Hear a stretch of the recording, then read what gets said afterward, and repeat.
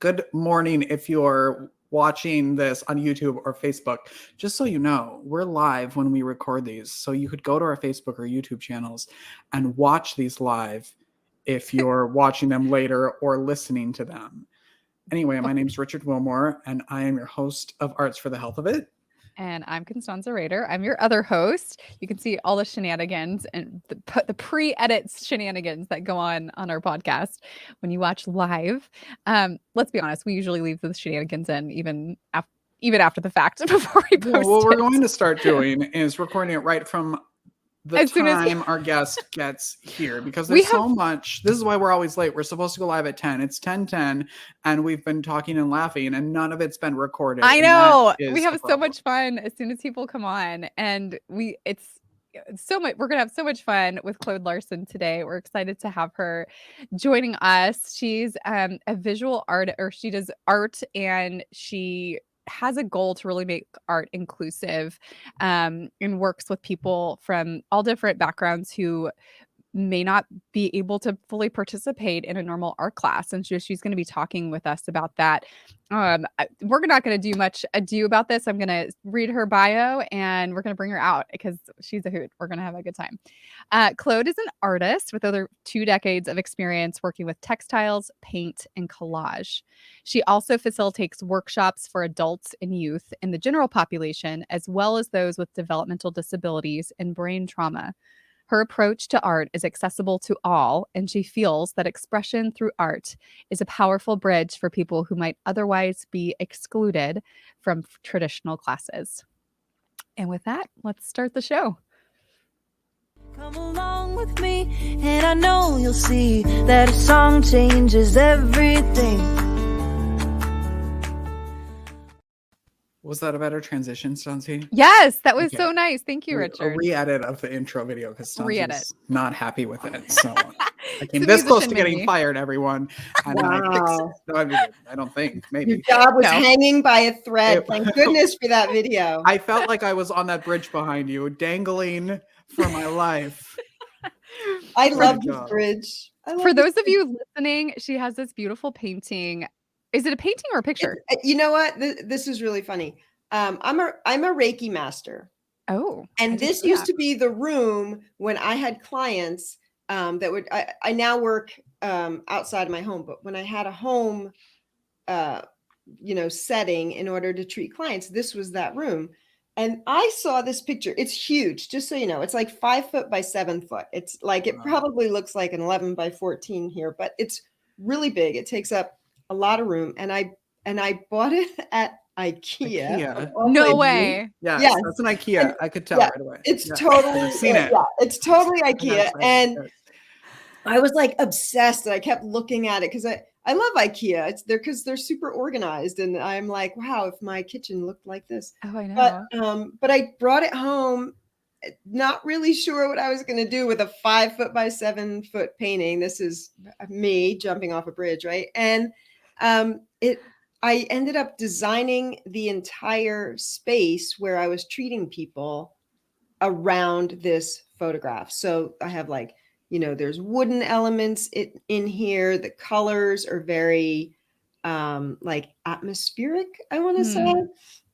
And it was really just based on this. And I love it. And honestly, people would get up off the table. Anybody who has ever experienced any type of energy healing, when you sit up from the table, a lot of times like your head is in a very different space, and they're like, whoa. And I'm like, yeah, I love it. And it is my constant reminder to try new things, take risks, because, and let me see, if I tip my laptop, you will see on the other side, right, there's a tree there, but there's this very misty, ethereal kind of feel to it. And you're not exactly sure where this bridge ends, what's on the other side, what you're going to find there. And so I use it as just a reminder to myself that, if you want something really special, it might require taking a risk, getting out of your comfort zone, and putting one foot in front of the other. So That I could love be the an symbolism. entire episode in itself of like writing the story of what's on the other side of that bridge. Yeah, Oof. absolutely. Absolutely. Every season, we're in season 2 now, and everybody on season 1, we said we're just going to bring you back in season 2 because we have more. But now I feel like I want to bring you back in season 3 and do a whole writing thing with you. Okay. That would be fantastic. Sorry. Booked. Booked. So can you tell everybody what you do and why you do it? Sure. So what I do is I am all about creating visual art. I mean, I've also written a book and, done other things, but my real passion is visual art. I love to look at it, but I really love to be in it and making it. And this started 20 something years ago. I've all my life, I've learned how to sew from my mom at a very young age, grew up sewing, the prom dress, the wedding dress, the house things, the clothes for your kids, like all the things. And one day I realized that I was working full time. I had very few free hours. I was raising kids, I was busy, I had very few free hours. Why am I using them to make something I could buy? So why am I making pants if I could buy pants? Like it didn't make sense. I wasn't hard to fit. And it was kind of like, this is silly. I'm going to throw away all my patterns. Talk about jumping off a bridge. I just was like, nope, chuck it. No more directions. I'm just going to play with fabric. And that's kind of how it started. Let me just and I tried making a traditional quilt, got that quickly out of my system because it's all about like, let's measure and make the things exactly meet. And I did not find that rewarding. And some people, obviously, they love it. There's how many quilters out there and quilt magazines and books about it. And obviously it's a passion for many people, but the traditional route was not for me. So I just started playing with really no intention other than this is my free time. I really like this activity. I'm going to engage in it more often. And of course, if you keep doing something over and over and over again, miraculously, you get better at it. Isn't that crazy? And I actually was making them for several years for myself, giving them as gifts or whatever, sometimes throwing them right in the trash. But one day somebody saw one of my pieces and she was like, how much do you want for that? And I thought, oh, this is a thing that you can sell. I had no idea. I didn't know that this is where this was going. And from that point on, it was like, oh, okay. Like I made up a price and she looked at me like, no, seriously, how much, like it was way too low for what I had done in her opinion. And I thought, okay, well, no, I'm comfortable with that price. I'm happy with it. It was an experiment, whatever. And from there, it grew and grew and grew. And from putting two pieces of fabric together, I went to collage, putting two pieces of paper together. And from there, I started adding acrylic paint and like making my own collage paper. And it's really led me on this great journey, which I know is like overused, but truly it's like every day, the unknown in my studio, what will happen. And because people were appreciating my work, they were asking me if I would teach workshops, which I started to do. There was a small art venue nearby, so I was doing it there. And then somebody from that venue worked at a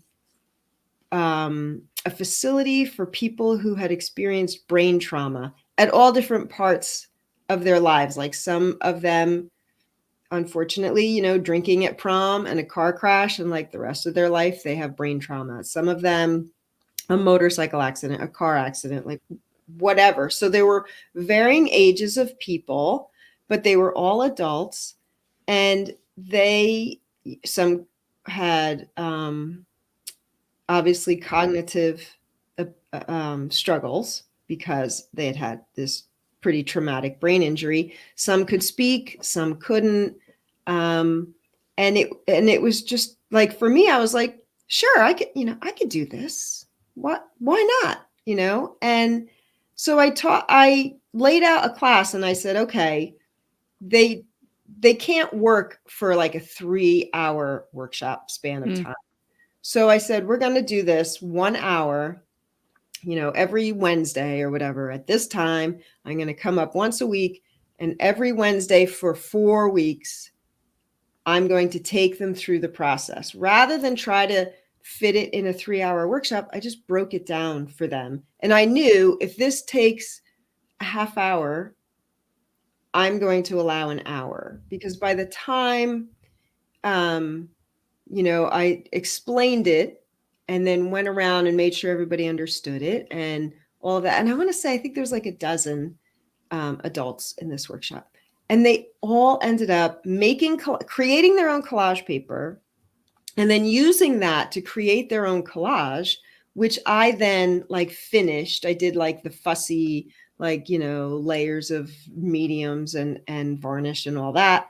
And then we had an exhibit where it was so amazing because, over this 4-week span of time, I had really gotten to see their personalities. One guy was like the Joker, and the other one was super sweet. And like, she was just about like, pink and purple and sparkles and, and then you see their work at the end, and it was their personality on a panel, because they had worked on wood cradle panels. And in that moment, I realized, like, I could see their personality on the panel. But in that moment, I realized other people could see my personality when they look at my work. Because when I look at it, oh, I made that.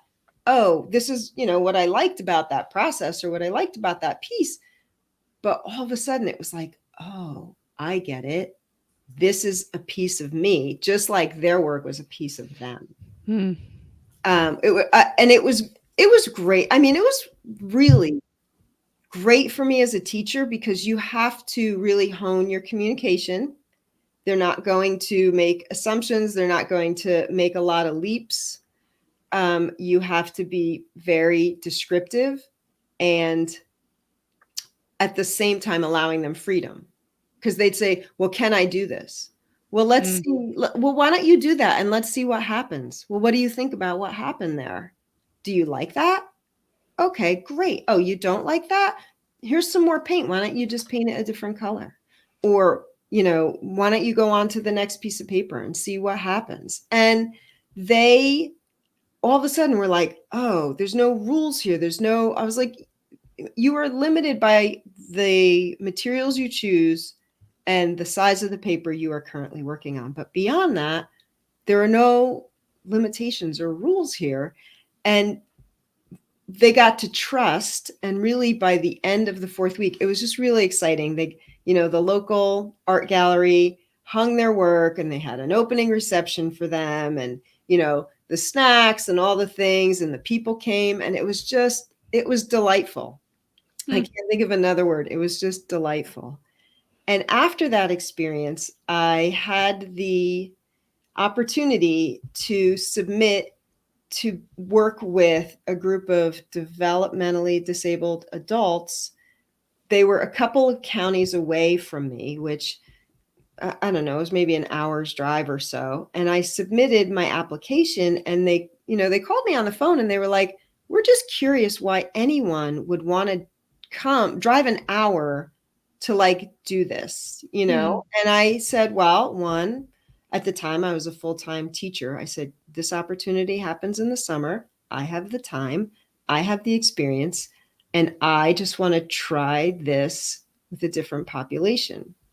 And I did another make collage paper, and they created a final product with me. And I went several weeks in a row. I want to say, probably 2/3 of the summer, we would go once a week. And they were, of course, you're a stranger on the first day. On the second day, when they're happy to see you, that's always great. And then by the end, I mean, it was hugs all around, and they were a very big organization. It was called the Way Center, and it was just about like bringing arts to people of all abilities. And what they did was they had other artists working with other groups from their facility, and we did a big art show at a local community center. And, you know, it was at night. And then I think they auctioned off the art, and the proceeds went to support the facility. But they were so excited to be there because it was really about them. And, you know, they got dressed up and they came and we all took pictures together. And it was just so fun. And even though, you know, people might have thought like, why did you do that and drive all that way? Like, I got so much out of that. It was just joyful. They were happy, and they were childlike. They weren't childish. They weren't throwing tantrums. They weren't, you know, annoyed with materials. They were childlike. They had no, like, what do you mean orange can't go with pink? You know, like they didn't tell themselves these things. And what we ended up making was, it was just really special. I have, you know, pictures of it, I'm sure, in my Instagram feed you could find. But really seeing them with the finished product, and they were picking out like, oh, this was the part I did, and this was the part I did. And they were recognizing themselves in the work. It was really nice. It was a really fun experience. Wow. And I guess that leads me to a question about what impact, really this is kind of two questions. What impact did you see arts, that type of art, have on the participants?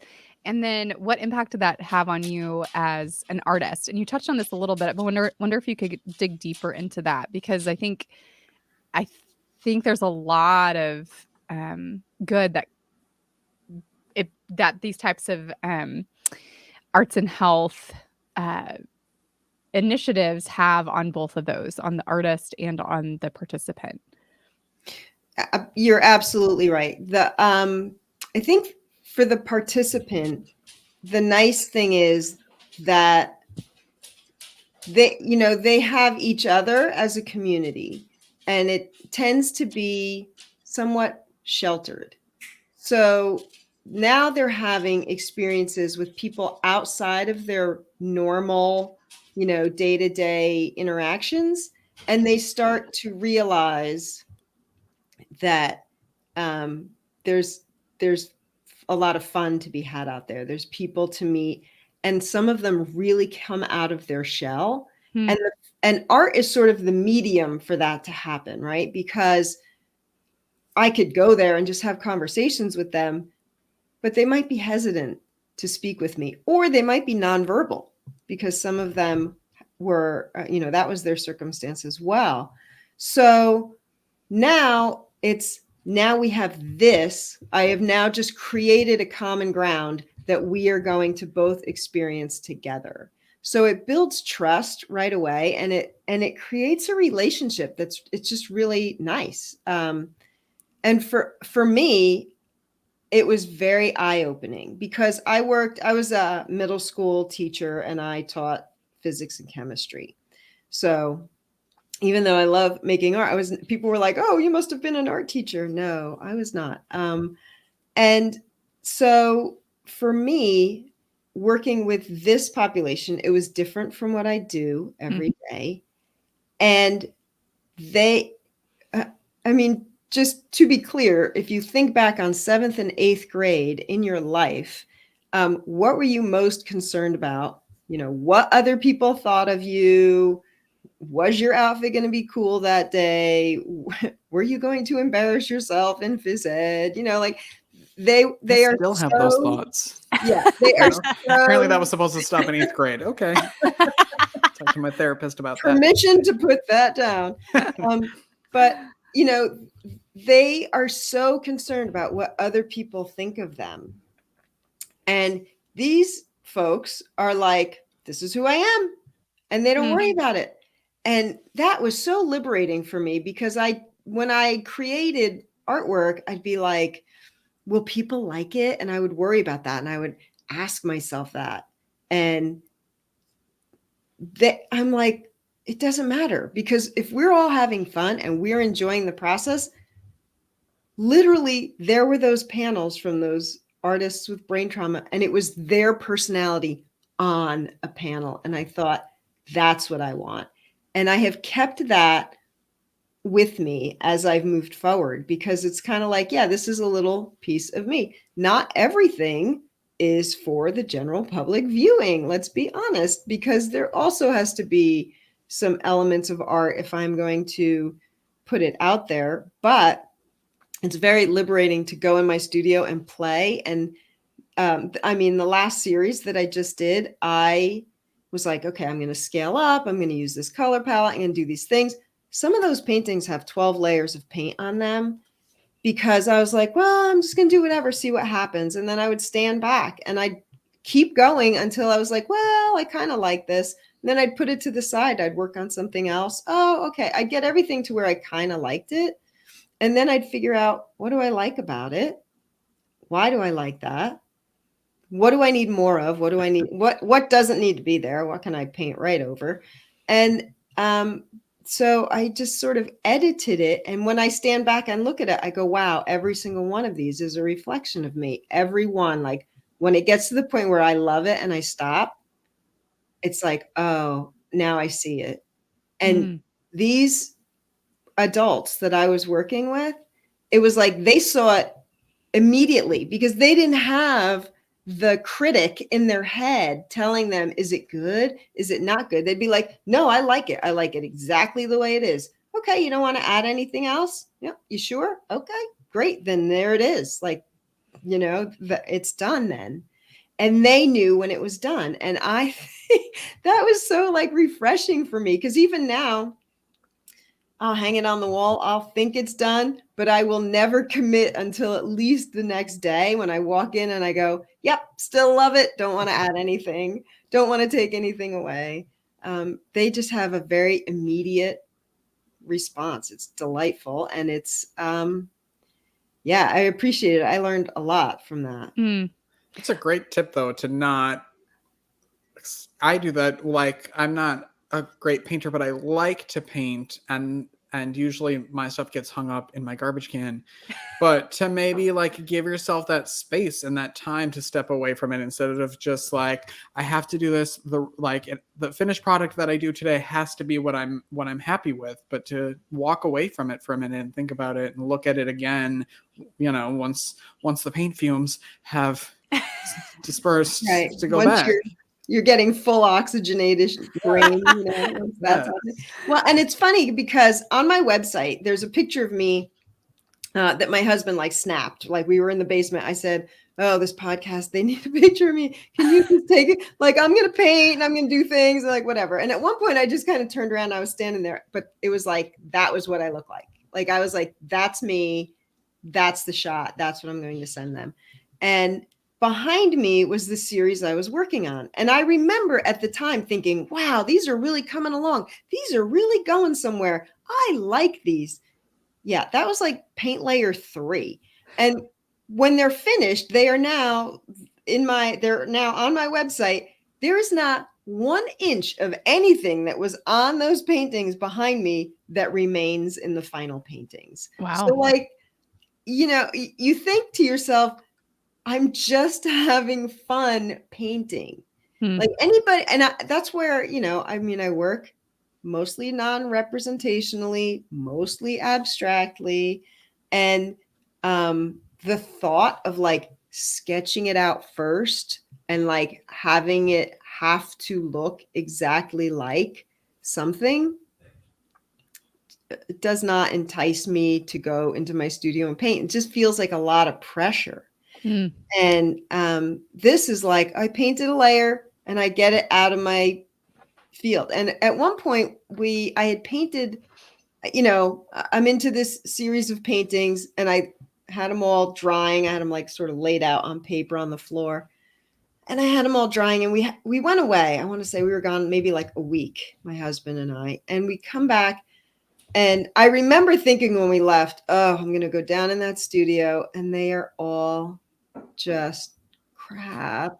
Like, oh, these are so bad. We go away for a week. We come back. I walk down. I go, oh, no, wait. These aren't that bad. These have potential. Like, these are going to be okay. Like, you thinking like these little fledglings, are they going? Am I just going to like light them, get the Zippo lighter and like, burst into flame, or are these going to go somewhere? And they ended up being my most recent series of paintings. And I was just kind of like, wow, I totally thought they were going to end up in the garbage, but just kind of keep going. Yeah.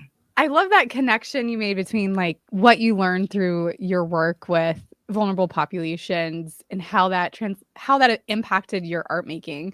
And before we went live, we were talking with Catherine, who's behind the scenes right now. She's our producer today. But we were talking about, she was introducing herself, and Catherine was saying, oh, I was an artist in residence with Hearts Need Art. And Claude was like, oh, what is that? So I think that's a good opportunity Catherine didn't know we were going to do this today. So but we're going to bring her on. Can we take a break quick? Yes. After the break. This is called a teaser. It's called a segue. Yes. We're going to take a break, and then we'll be back on with Catherine. Whether you consider yourself a musician or not, music is all around us, and it affects our everyday lives. Whether it's background music influencing our shopping habits in a store, organ music adding the vibe to a baseball game, or a playlist convincing us to keep going on that last mile of a run. I'm Mindy Peterson, host of the podcast Enhance Life with Music, where we take a holistic look at the power of music in our everyday lives through the lens of science and health, sports and entertainment, business, and education. You can find me and Enhance Life with Music at mpetersonmusic.com/podcast or wherever you get your audio. Unleash the power of music. Medical professionals are burning out at an alarming rate. Burnout can cause health workers to feel hopeless, trapped, helpless, worthless, depressed, sleepless, and tired. By joining the Hearts Need Art Gratitude Grams program, medical staff receive a personalized email and video from a musician, an artist, or writer once a week that includes a message of thanks, an encouraging song, uplifting poem, or a simple art activity. After watching their Gratitude Gram, participants report feeling more hopeful, empowered, energized, and appreciated. If you are or know a healthcare worker that would like to receive free Gratitude Grams, please visit heartsneedart.org. Right, we're back. Oh, Catherine hasn't put herself in yet. She's afraid. There she is. Hi, There Catherine. she is. I have to unmute myself. So Catherine was an artist in residence with us for about a year, and then she had to move. She's now in Mississippi, and she just moved, and we're sad that she had to leave, but she's now helping us with marketing and kind of producing our podcast and some other things. So we're glad she's still part of our team. But Catherine, would you like to share about what an artist in residence or an arts and health professional is? Sure. Catherine, pull your hair away from your microphone. Okay. Catherine, if you're Okay. listening, Catherine has this beautiful curly hair, and it was encroaching on the mic. It needed to make an appearance. Okay, so I'm not sure where to start, but basically with Hearts Need Art, we have artists, musicians, and writers that are trained by Hearts Need Art to go into hospital settings or medical settings and work directly with patients. The patients that I mainly served were oncology patients. And so it depends on the hospital. Some hospitals you can do window paintings. You can, if they're not up for doing an art activity, you can create something on their window for them. And then other patients, we have projects prepared that we can bring the supplies into their room and do bedside art. So, Claude, I know you had questions before, so we can turn this into your interview. The interview. Ooh. If you have questions for her, now is the chance. Right. So I have been, I've done a lot of things in the past 20 years on the art journey. And the one that I've really sort of got my hooks in right now that I'm researching and trying to find a good fit is an artist in residence experience. Be that location. Like I'm not really sure, but I read a lot of prospectuses and I submit, and some of them I'm like, no, that's not for me. So I was just curious, what brought this to your attention, what inspired you to apply, right? And what the experience entailed. Like now you're telling us, okay, you were providing it in a medical setting. But how was that supported, and what did you get out of it? So I found out about it through a friend of mine. She knew Stanzi, and I had in my college years done an internship with an arts and health program with pediatric oncology, and so I had kind of a sense of that link between art and service, and that really it was a long time ago that I did that, but it stuck with me. And I've never been like the big gallery artist that has my stuff everywhere all the time. I admire people that do that, but for me, the connection to the arts through serving other people has always meant more to me. And so seeing Hearts Need Art, it was like, this is this is like a dream come true. Right. The perfect fit. Yeah. Right. And so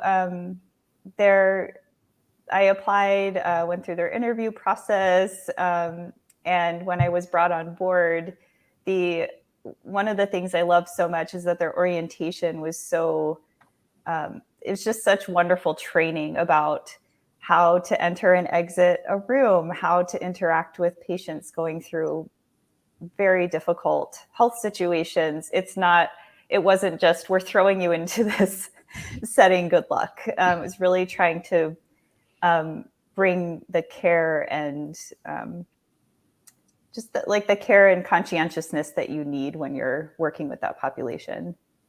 Sure. Yeah, an artist in residence is a term that's used and it means different things in different parts of industry. You can have an artist in residence at a school or at a gallery or, in different spaces. But in this field of arts and health, people might be called artists in residence or arts and health professionals.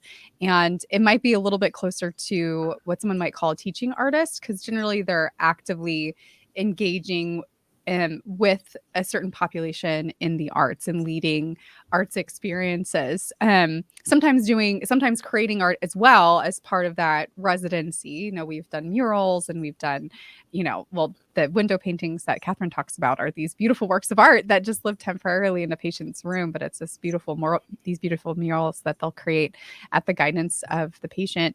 But yeah, it's really kind of this unique experience that isn't necessarily designed to advance someone's public art career, but really is for the people who really want to serve others and connect with others through the arts. And that's what I love about it, as a musician in healthcare. Like, it's the most meaningful work I've ever done, and it's life-changing exactly for the what artist. you're doing. Yeah, Claude. and that's what you're doing, Claude. Exactly what we're doing. Maybe you didn't even know. Add it to your resume. Well, and what's funny is, like, yes, I've had this artist in residency thing on my radar, because I do want that experience of being free of other obligations, and like I can just create, and I don't have to think about my husband or family members or commitments, none of that stuff. I could just go do this thing. And the other half of me has this vision, I want to say, at this point, where I would love to get a collection of artists together, put on a show, but have each artist select their favorite local charity or nonprofit, and a portion of your proceeds goes to that organization. So I get that whole, like, that act of service. Like, I get that. And my thought is, I could do it by myself, but if you bring in a community of other artists, you amplify it. Yeah. How wonderful. And if I have a particular nonprofit that speaks to me and you have a different one, I know there's a way that we could figure this out, that, we're all in one collective place and lots of organizations would benefit. And I think that makes, that's the impact I want to make, because I've already done it. I made a series, and I donated the biggest in the series for an auction at a local nonprofit. The other ones are on my website, and when they sell, the proceeds are going to that organization. So it was my act of service in a time when I was just very concerned about some world events, and I felt compelled to do this. And I think when you do something like that and you bring others with you, it really widens the mindset of how could I be of service? Because artists can, they can tend to get in their head. Same, that happens to me too. And then I go, okay, stop taking yourself so seriously. But I think there's so much benefit to it out in the community. And a lot of people who might not otherwise take the time to go to a gallery or to a museum or to an art show would come to one if they knew that it would benefit their favorite nonprofit organization. And I just think it's a way to expand the art, expand the vision of the artists, provide a service. And, that's kind of like my plan that I am going to be putting some of my energy towards in the next few months, just to see, if I can take that somewhere. That's awesome. I love that vision. Although I do think your biggest selling point was one of the first things you said was, I don't have to worry about think about my husband. And I think thousands of people are now like, sign me up. I don't have to think about my husband for half an hour. Yeah. Like, because, all right, those of you with spouses out there, don't you have this conversation? What do you think about dinner? And I have the same snarky answer. I think we should have it. What do you think? Like, every day. Yeah, I get it. We're going to have to eat 3 times a day. Am I the only one who thinks of like what the food should be? Come on, like, let's get some skin in the game here, buddy. And like, you make something once in a while, but that's maybe that's just my household. But anybody else? I'm the opposite of that. I'm the person in the household who doesn't cook. So I'm like, whatever you want, you go for it. I'll eat it. You can put barbecue sauce on a boot. That's fine by me. If it's on a plate and I have a sharp enough knife, I'm good. That's the problem, is I'll make something and he'll be like, oh, I wish we were having something else. Oh, really? No. I say this. Let's eat what you made. Yeah, that's nothing. So here it is. Yeah. Whatever.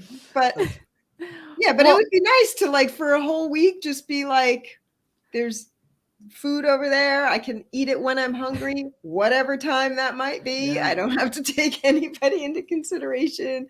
Go in my studio at whatever hour. Cut it out. Yeah. Yeah. Great. So he left now. Catherine's son Michael made a little appearance on video. I saw that. He did. Also an amazing artist, so make sure you tell him that. Oh, nice. He makes his own little video tutorials. Yes. Do you have any other questions for Catherine or us, I suppose, about? So it was a 1-year commitment, or was it just you stayed for a year? Well, she moved. Yeah. If I know. How dare she relocate? I understand your, So a lot of like arts and residencies programs have a defined period of time, and there are some arts and health programs that do use that model as well. We're looking for people who want to work with us, over the long haul, because we there's a lot of training and work that goes into Right. yeah, It's work that we do. I mean, it's a support organization. So you're not going to train somebody and have them be there for 2 weeks. Like that's Right. not what you're looking for. I understand. Yeah, I understand. That's why I was curious about it. I'm like, Yeah. And I didn't know if it was you have a program and then you train people and then they go off into their own local goal. That is the Well, goal goals. eventually. Yeah. Nice. So eventually goals, because there's so many artists around the country that would love to do this work and that actually reach out to us on a regular basis. Like, how do I work with you guys? How do I do this work? And we're still local to San Antonio. But we know that there's a lot of desire and a lot of need out there to activate local artists to expand the work that they're doing in their local communities to include populations that wouldn't normally have access to the arts, people in hospitals, people with disabilities, people with brain traumas like you've worked with. And so I would say people that are interested in learning more about the field of arts and health, obviously they can keep following our podcast, but they can check out the National Organization for Arts and Health. They're a great resource. And then follow us too, because we are going to have things coming out at some point in the future. We don't have clear dates yet, but we do know that there is a need for that to really activate local artists. And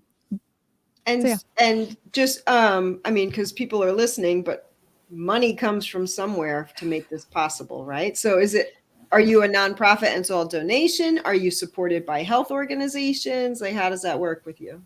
Yeah. So like most arts and health programs, we're supported by a combination of individual donors, grants, and institutional support.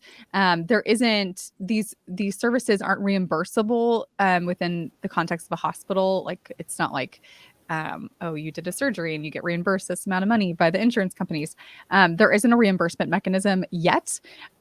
So there's still a lot of need for philanthropic support of this type of work. And if people want to support Heartseed Art, you can go to heartseedart.org. I was just going to say, get a plug in here, baby.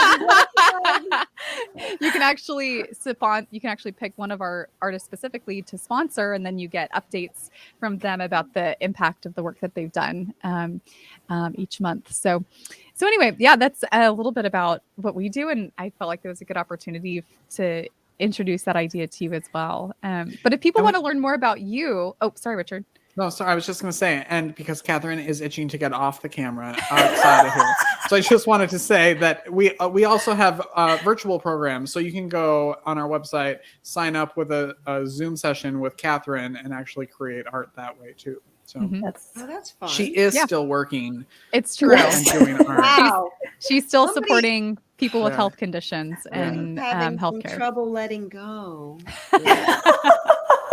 No, we're gonna keep her. We're keeping her. Okay.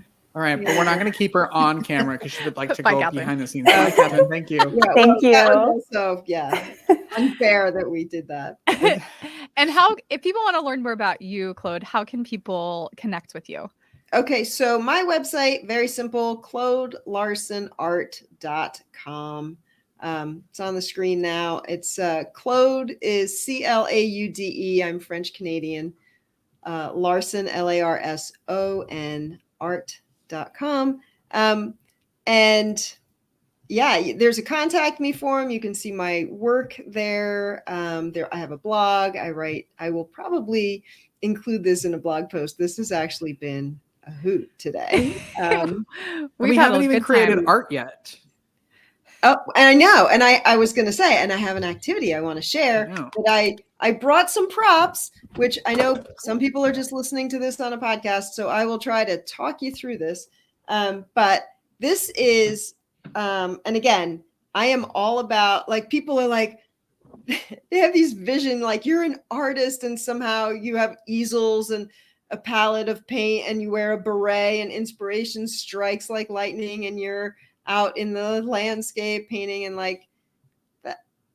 It'd be lovely if that was my life, but it isn't. My, whatever. I wear like grubby clothes and I am, covered in paint, and I don't worry about it. And I don't have, I have a very nice studio. I have a beautiful space. And when I say beautiful space, I mean large and organized. I don't mean like there's grand windows upon, you know, like beautiful landscape. No, there's none of that. It doesn't matter. But it doesn't matter because I'm so happy in my space.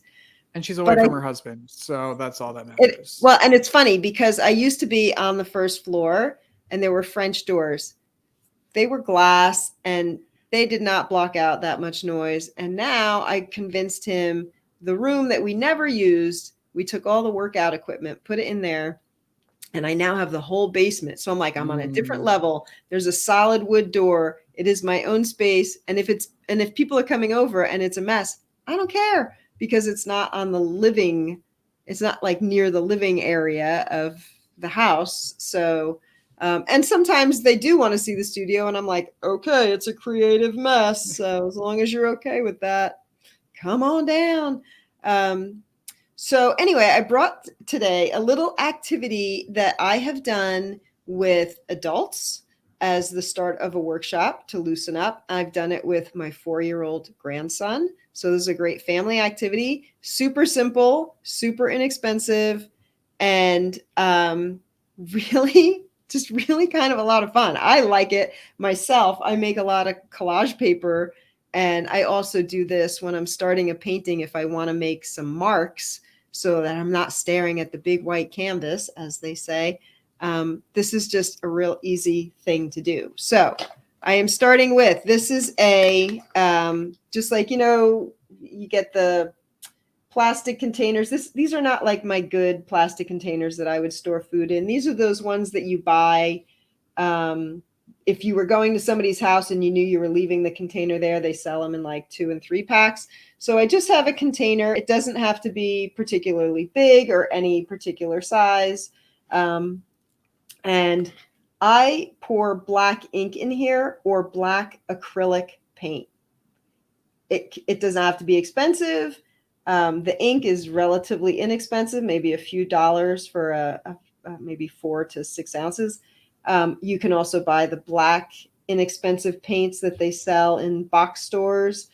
The idea is to get I use black to start. You can get any color. If red lights you up, like buy red, it doesn't matter. But pour some paint into a container that you will never put food in again.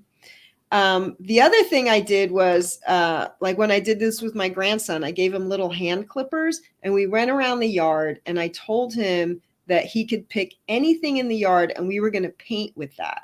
So, I found things like pine cones.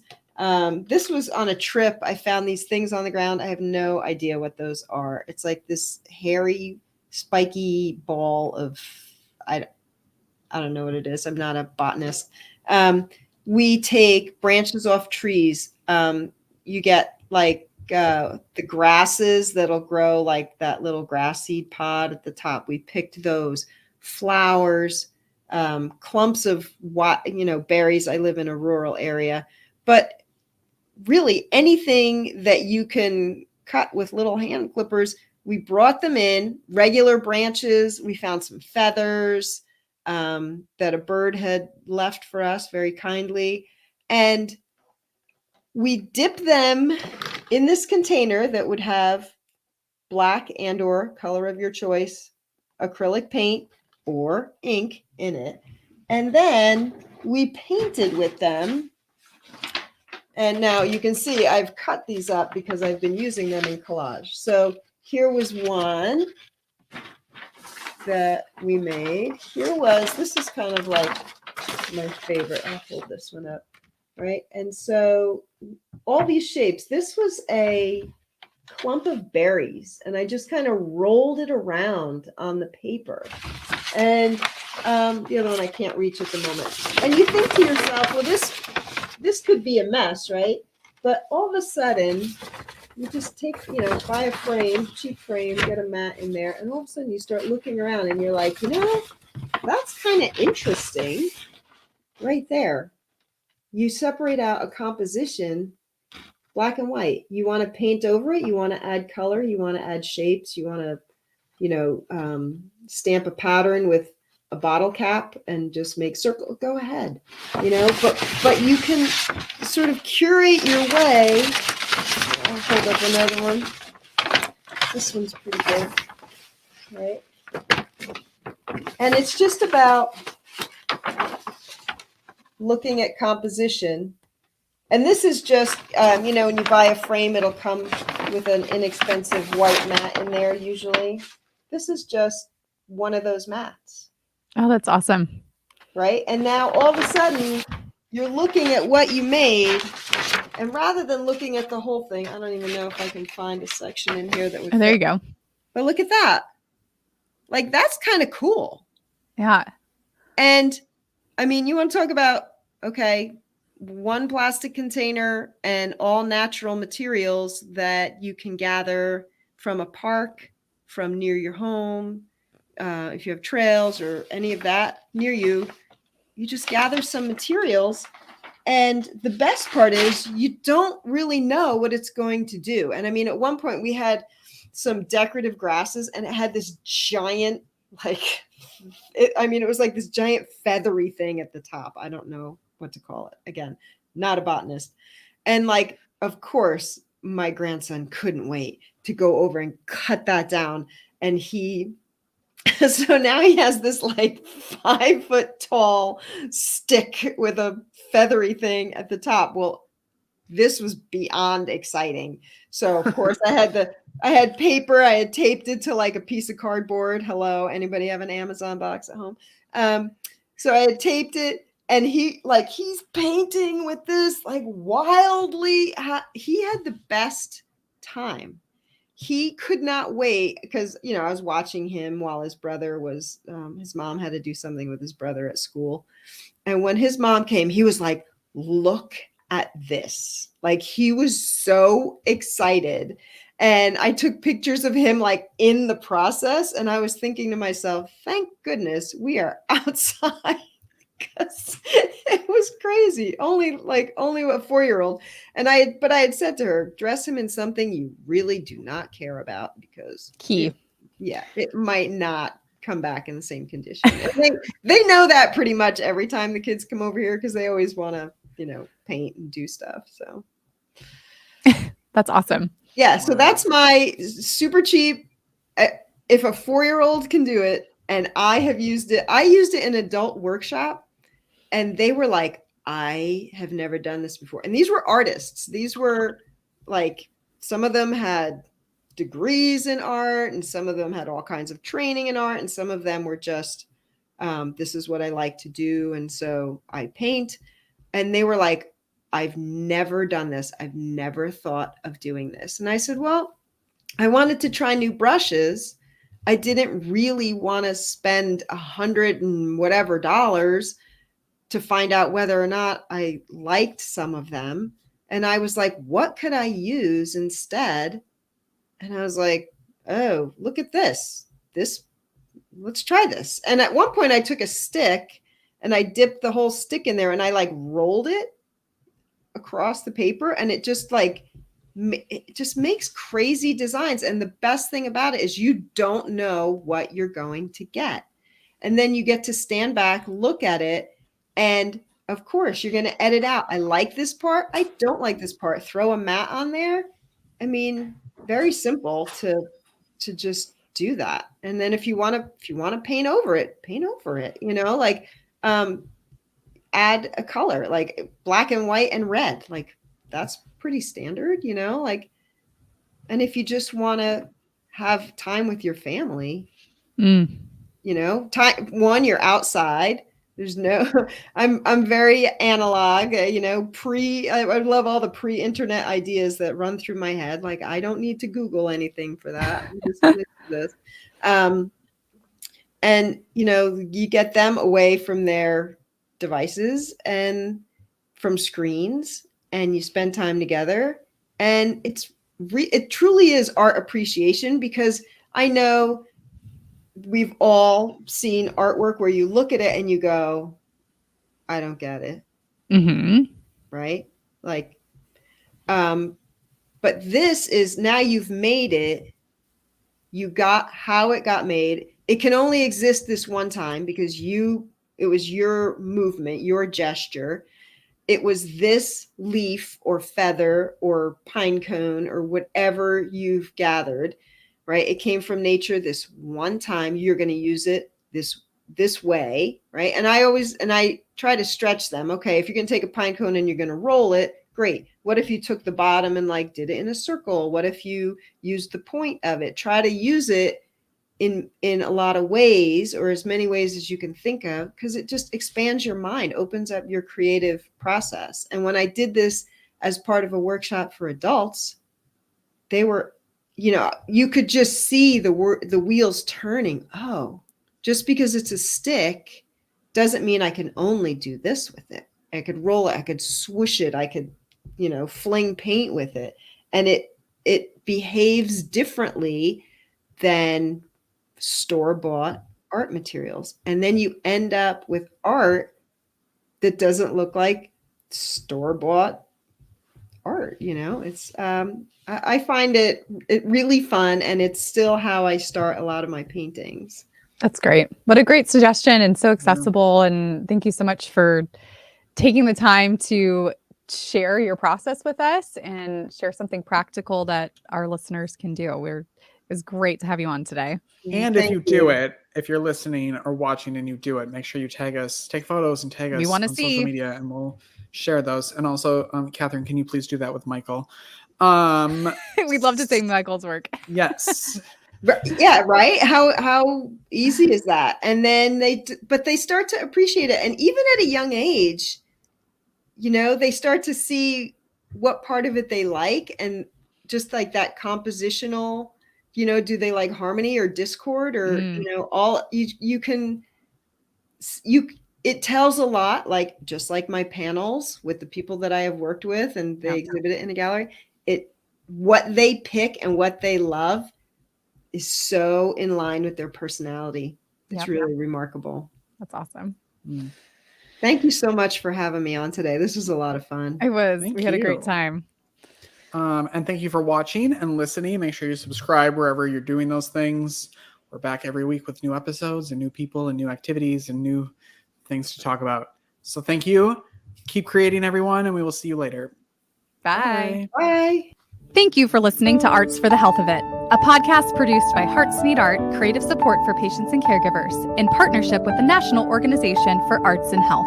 You can help others learn about the healing power of the arts by subscribing, sharing, and reviewing the podcast wherever you listen or watch. The podcast is hosted by Richard Wilmore, co-hosted by Constanza Rader. Our theme song, Songbird, is written and performed by Natalie Lane. Visit heartsneedart.org to learn how you can support our mission to create joy with people facing life-altering health challenges. Join us next week to learn more ways you can create arts for the health of it. The views expressed on this podcast do not necessarily reflect the views of Hearts Need Art, their staff, board members, or other affiliates. All content is created for informational purposes only. This podcast is not intended to be a substitute for professional medical advice or to diagnose and treat any health condition. Always seek the advice of your physician or other qualified health professional with any questions you may have regarding a medical condition. Never disregard professional medical advice or delay in seeking it because of something you heard on this podcast.